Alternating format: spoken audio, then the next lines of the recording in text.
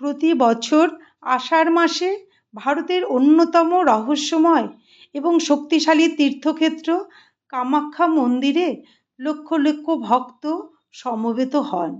2026 সালে অম্বুবাচী তিথি শুরু হচ্ছে 22 জুন থেকে। এই কয়েকদিন মা কামাখ্যা মন্দিরের দরজা বন্ধ থাকে এবং তারপর পুনরায় খুলে দেওয়া হয় বিশেষ আচার অনুষ্ঠানের মাধ্যমে।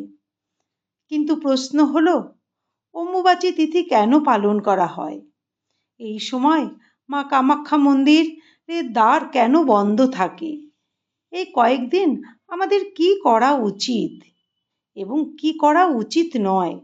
আর এই উৎসবের সঙ্গে নারী শক্তি ও সৃষ্টির কি সম্পর্ক আছে?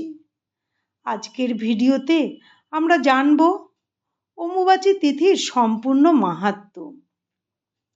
অম্বুবাচী শব্দের অর্থ কি? অম্বু অর্থ জল এবং বাচী অর্থ প্রবাহ বা প্রকাশ। অনেক পণ্ডিত মনে করেন অম্বুবাচী প্রকৃতির উর্বরতা ও সৃষ্টিশক্তির প্রতীক। বর্ষার শুরুতে যখন পৃথিবী নতুন জীবন ধারণের জন্য প্রস্তুত হয়, তখনই এই অম্বুবাচী তিথি পালিত হয়। মা কামাখ্যা আসলে কে? হিন্দু ধর্মে কামাখ্যা দেবীকে আদ্যাশক্তি বা মহামায়ার এক বিশেষ রূপ হিসেবে পূজা করা হয়।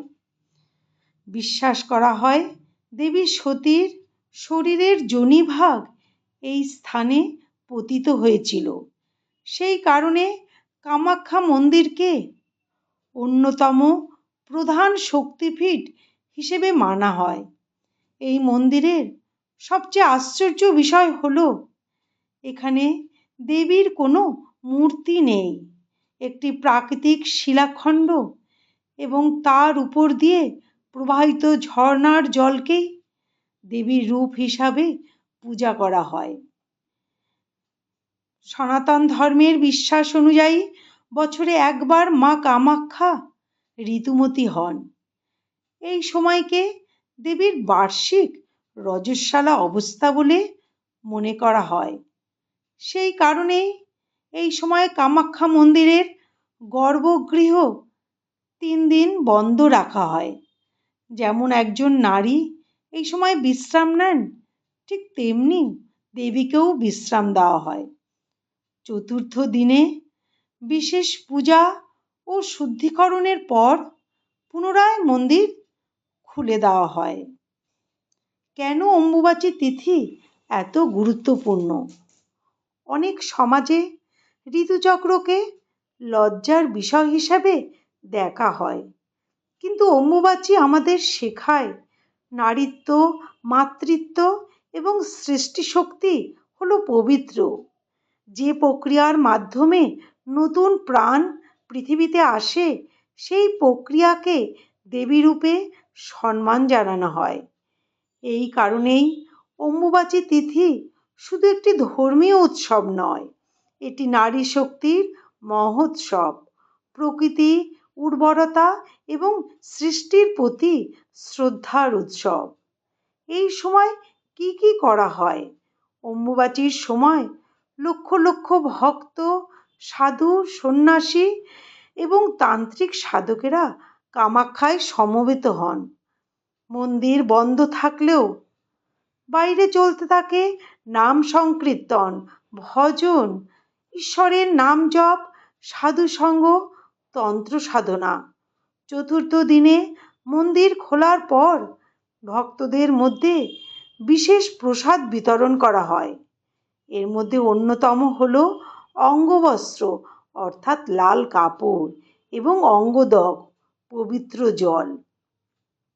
এগুলোকে অত্যন্ত শুভ ও আশীর্বাদ স্বরূপ বলে মনে করা হয়। অম্বুবাচীর সময় আমাদের কি করা উচিত? শাস্ত্র ও প্রচলিত বিশ্বাস অনুযায়ী অম্বুবাচীর এই কয়েকটি দিন ভগবানের নাম জপ করা, গীতা ও ধর্মীয় আলোচনা শোনা, মনকে শান্ত রাখা, অহিংসা ও সংযম পালন করা মা শক্তির ধ্যান করা এসব অত্যন্ত শুভ বলে মনে করা হয়। আর আমাদের কি করা উচিত নয়, এই সময় অনেক অঞ্চলে প্রচলিত নিয়ম অনুযায়ী কোনো শুভ কাজ বা নতুন কাজ শুরু করা হয় না। জমি চাষ বা বীজ বপন এই সময় করা হয় না। কিছু মানুষ পূজার আচার সাময়িকভাবে বিরত রাখেন। অশান্তি, বিবাদ ও নেতিবাচক কাজ থেকে দূরে থাকা হয়। এই নিয়মগুলি মূলত প্রকৃতি ও দেবীর বিশ্রামের প্রতীক হিসেবে এগুলো পালন করা হয়। তান্ত্রিক সাধনায় অম্বুবাচীর মাহাত্ম্য রয়েছে অনেকখানি। কামাখ্যা পীঠকে তন্ত্র সাধনার অন্যতম কেন্দ্র হিসাবে ধরা হয়। তাই অম্বুবাচী তিথিতে বহু সিদ্ধ পুরুষ, নাগা সাধু সন্ন্যাসী ও তান্ত্রিক সাধক এখানে উপস্থিত হন। তাদের বিশ্বাস এই সময় দেবী শক্তির প্রকাশ বিশেষভাবে অনুভূত হয়। তবে গুরু ছাড়া কোনো তান্ত্রিক সাধনা করার চেষ্টা করা একদমই উচিত নয়। এই অম্বুবাচী আমাদের একটি গভীর শিক্ষা দেয়।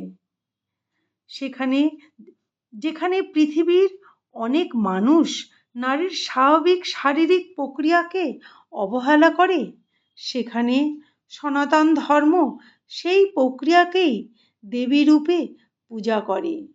এটি আমাদের শেখায় সৃষ্টি হলো পবিত্র, নারী শক্তিও পবিত্র, আর মাতৃত্ব পবিত্র, আর প্রকৃতির প্রতিটি কার্যই হলো ঈশ্বরের লীলা।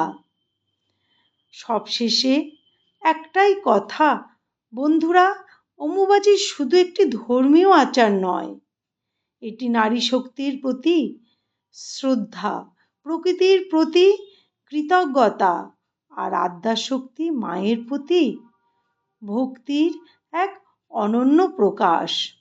চলুন এই অম্বুবাচী তিথিতে আমরা সবাই মা কামাখ্যার চরণে প্রার্থনা করি, হে জগন্মাতা, হে জগন্মাতা, আমাদের জীবনে শুভ বুদ্ধি, ভক্তি এবং শক্তি দান করুন। জয় মা কামাখ্যা। ভিডিওটি ভালো লাগলে লাইক ও সাবস্ক্রাইব করুন, কমেন্টে লিখুন জয় মা কামাখ্যা। নমস্কার, ধন্যবাদ।